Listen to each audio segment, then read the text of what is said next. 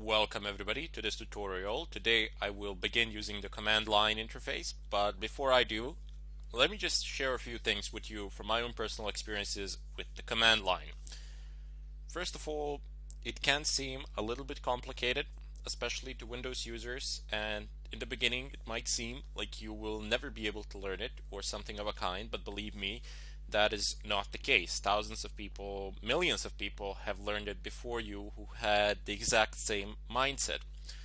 I don't want you to worry about that. If it seems complicated or if you make mistakes or if something doesn't work immediately, don't worry about it. It happens to everybody.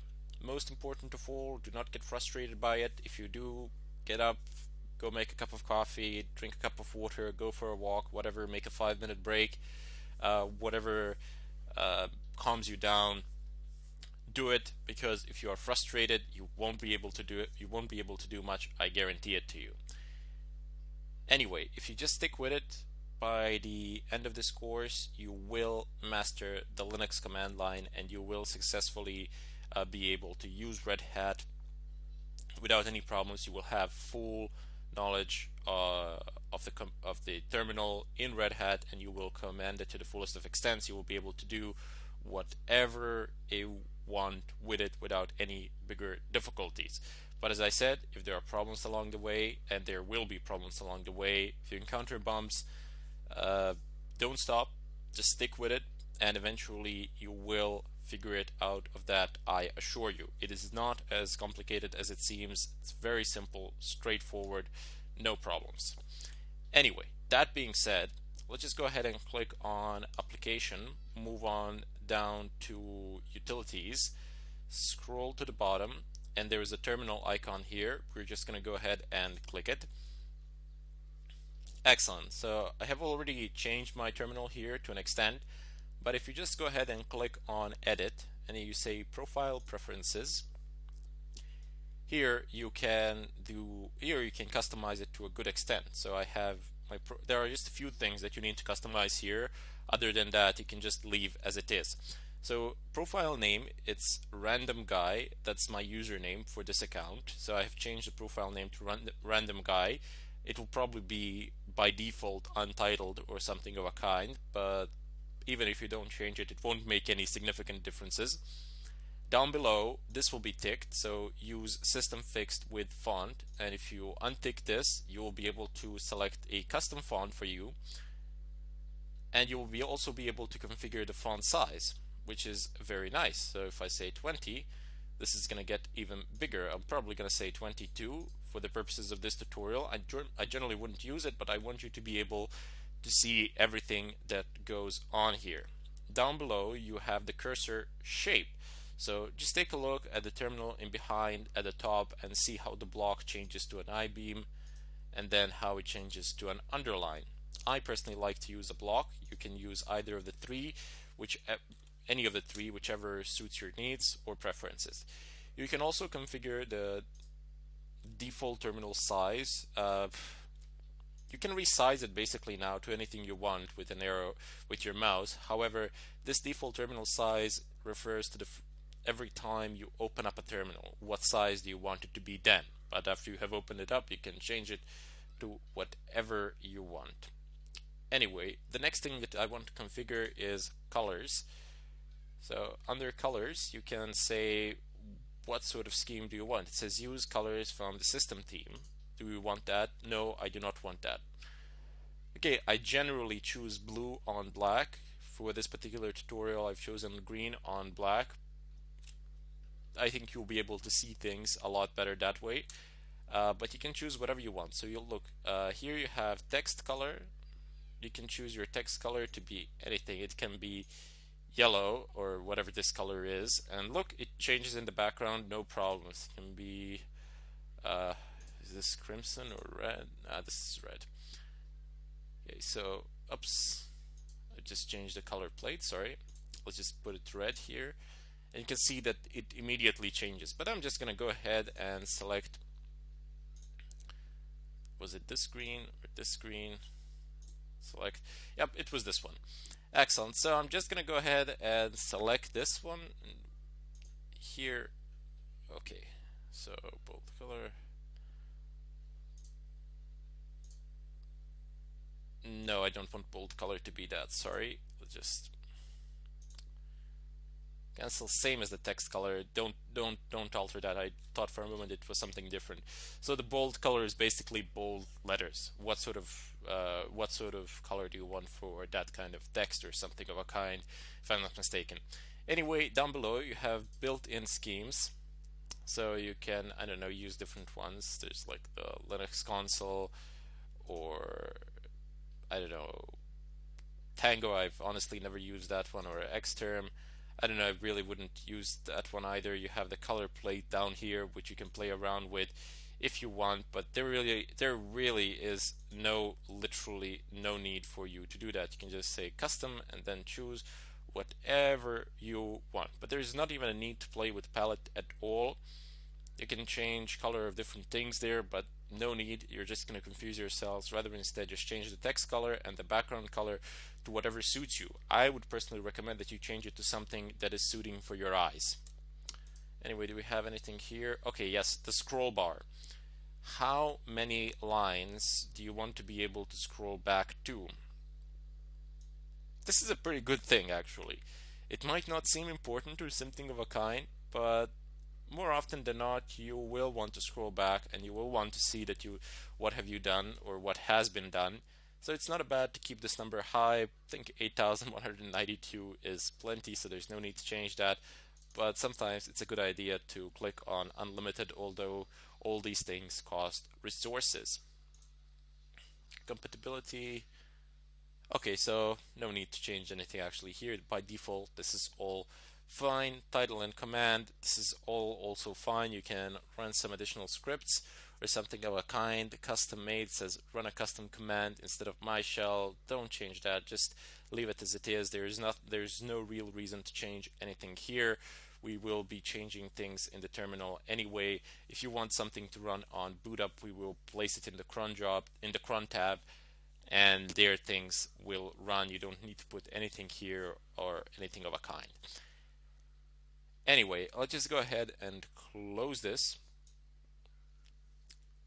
expand the terminal across the board, and I'm gonna switch to full screen. Okay, so capture. Okay, there we go. So it's across the whole screen, and now we can begin with some basic concepts. So first of all, let me introduce you to the cd command. CD, it stands for change directory. With it, you are able to navigate the file system. In a sense, I can now cd to home. You can type in 2 letters, 2, 3 letters, or even 1, and then press tab to complete it. Here, observe. I can type in cd / stands for root. So this is the root of the directory. You can see that this part here has changed from this to this. Excellent. So if, as I said, if I type in cd space / and I type in h tab, it immediately completes and it says it's home. It knows how to go there. And then inside of home, I have my username, which is random guy. I can just type in R and then press tab again, and it's going to auto-complete the whole command.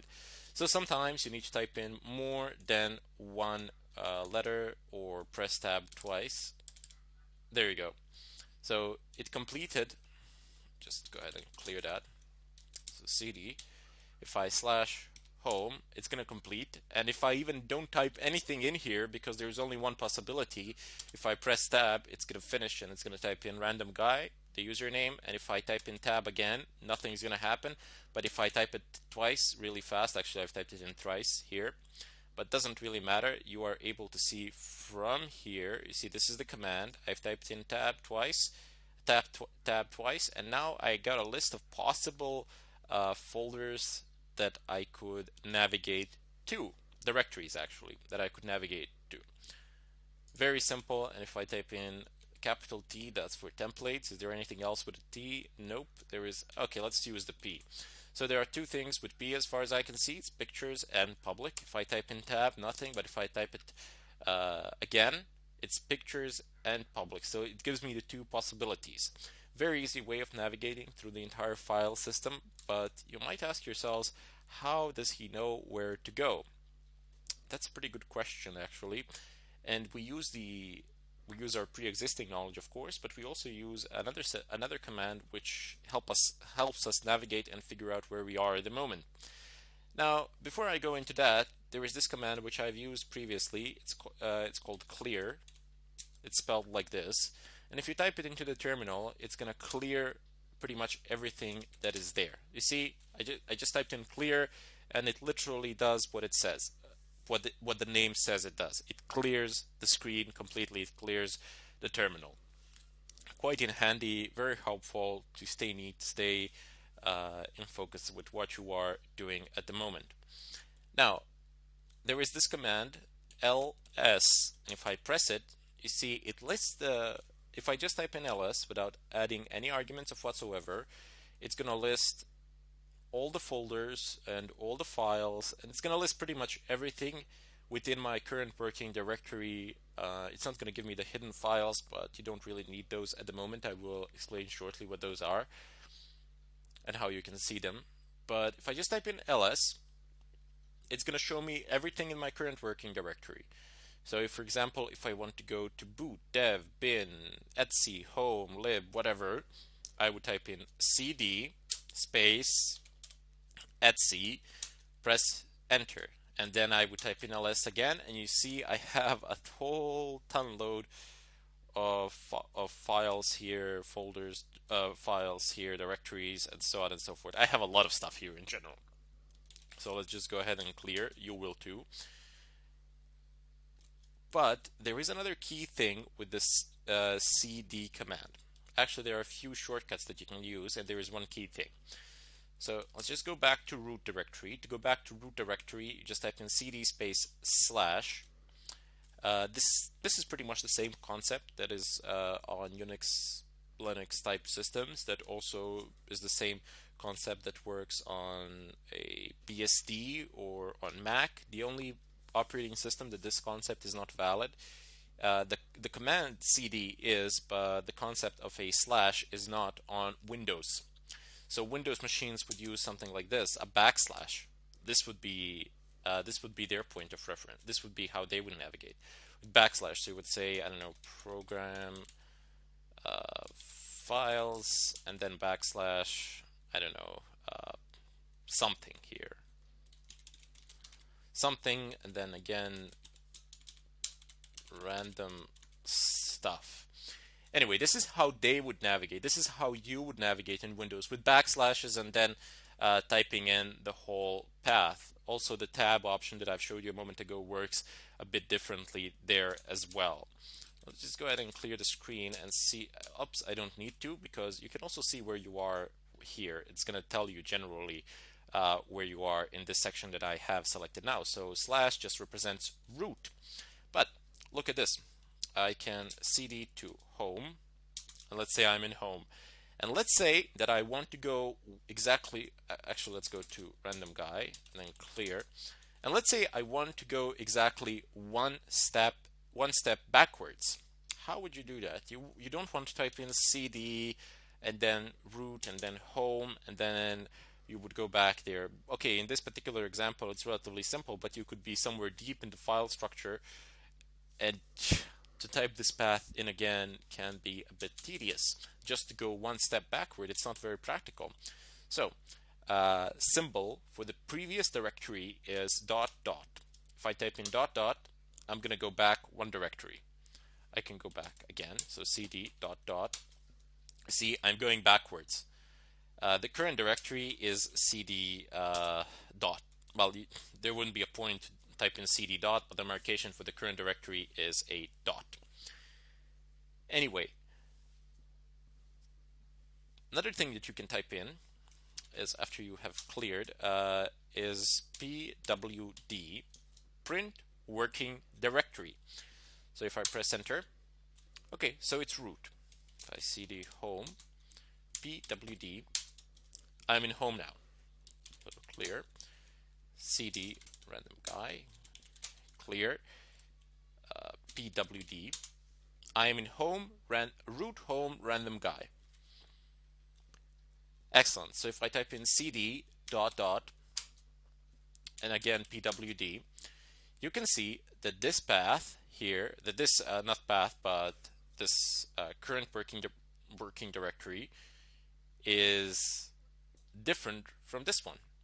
It's different by exactly one single step here, and that is the dot dot, which signifies the previous working directory. Simple as that. You go forward, you go backward, you go forward, you go backward. Very simple to navigate. There will be a few more things in regard to the cd command in the follow-up tutorial, as this will be a mini series within this course where we shall learn the basics of the terminal, how to use it, what commands you need on your day, what basic commands and more advanced commands and stuff of a kind. And then later on we will get into the actual stuff that you will need for the Red Hat Certified Administrator exam. But you cannot really do any of those things without learning these fundamental basics. Anyway, I bid you farewell, and I hope to see you in the next tutorial.